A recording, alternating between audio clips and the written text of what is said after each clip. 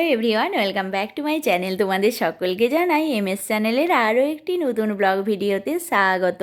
আশা করছি তোমরা প্রত্যেকে খুব খুব ভালো আছো, আমরাও ভালো আছি। তো আজকে হচ্ছে সোমবার, এখন সকালবেলা, এখন থেকেই আমি আমার ব্লগটা শুরু করছি। আর আজকে আমি তোমাদের সাথে শেয়ার করব আমি সকাল থেকে সন্ধ্যে পর্যন্ত কি কি করলাম। আর আমার নতুন সংসারে রয়েছে একটা ছোট্টখাটো পুজো, সেটাও তোমাদের সাথে শেয়ার করব। তো সকাল সকাল ঘুম থেকে উঠে ফ্রেশ ট্রেশ হয়ে সোজা চলে গিয়েছিলাম একটু বেলকনিতে। তো 2-4 দিন ধরে টানা বৃষ্টি হওয়ার পর 1-2 দিন কিন্তু ভীষণ রোদ দিচ্ছে, সেই জন্য সকাল সকাল গাছগুলো একটু জল দিয়ে দিলাম। তারপর চলে এসেছি রান্নাঘরে। এইদিকে দেখো আমি দুপুরের খাবারটাও বসিয়ে দিয়েছিলাম, কেননা বরমশাই সকাল 8টা নাগাদ অফিসের জন্য বেরিয়ে যায় আর সাথে করে দুপুরের খাবার নিয়ে যায়। তো দুপুরের খাবারের সাথে সাথে আমি চাটাও বসিয়ে দিয়েছিলাম। আর এই যে দেখো বরমশাইও ঘুম থেকে উঠে পড়েছে। তো প্রত্যেক দিনের তার অভ্যাস বিছানায় বসে চা খাওয়া, সেই জন্য চাটা আমি বিছানাতেই নিয়ে এসেছিলাম। আর দুজনে একসাথে বসে সকালবেলা আমরা চাটা খাই। তো দেখো চাটা খেয়ে নেওয়ার পর চলে এসেছিলাম সোজা একটু ফ্রিজে দেখতে কি কি সবজি আছে। তো সেই মতোই আমি আজকে রান্না করব। তো এদিকে দেখো একটুখানি কুমড়ো বার করে নিয়েছিলাম, আর যে সোয়াবিনটা আমি ভিজিয়ে রেখেছিলাম সেটাই কুমড়ো দিয়ে বানাবো। তো কুমড়োটা এবার আমি একটু ডুমো ডুমো করে কেটে নেব। আর এদিকে দেখো বরমশাই কিছু নোংরা ছিল সেগুলোই নিচে ফেলতে গিয়েছিল, তারপর স্নানটাও করে নেবে। আর এই যে দেখো আজকে কাতলা মাছের ঝোল বানাবো, সেই জন্য মাছটাও আমি ভাজতে দিয়ে দিয়েছিলাম। তো মাছটা একটু কড়া করেই ভাজবো, কেননা কড়া করে মাছ ভাজার খেতে আমার কিন্তু খুবই ভালো লাগে। তোমরা কে কে পছন্দ করো অবশ্যই কমেন্টে জানিও।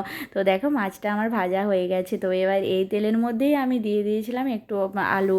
তো আলুটাকে এবার ব্রাউন কালার করে ভেজে নিয়েছি। অন্যান্য দিন আমি ডুমো ডুমো করে কেটে, কিন্তু আজকে আমার এরকমভাবেই আলু কাট করতে ভালো লাগলো, সেই জন্য এরকমভাবেই কাট করেছিলাম।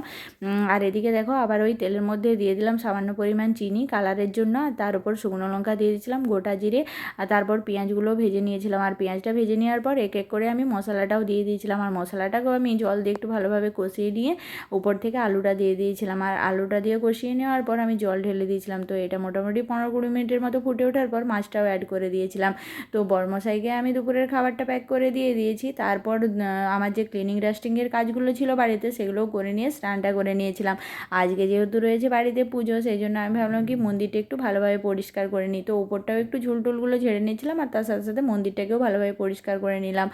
আর এদিকে দেখো এই কিছু জামা কাপড় আর এই চাদরটা কালকে কেচেছিলাম, তো সেটাই এখন ফোল্ড করে নিচ্ছি।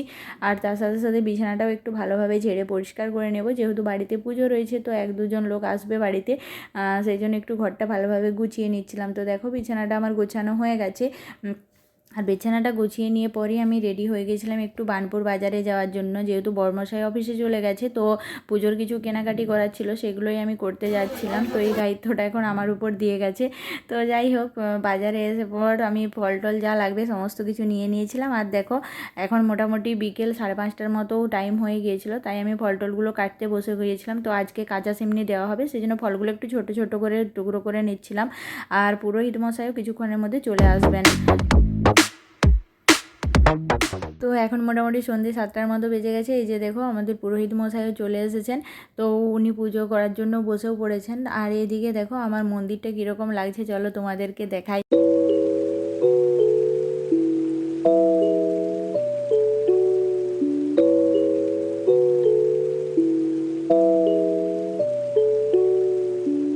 ওটা হয়ে যাওয়ার পর একটুখানি খাবারও রেডি করে নেওয়া হয়েছিল রাত্রের জন্য। তো এই হচ্ছে আজকের ডিনার আমাদের। তো চলো আজকের ভিডিওটা এখানেই শেষ করছি, কেমন লাগলো অবশ্যই জানিও।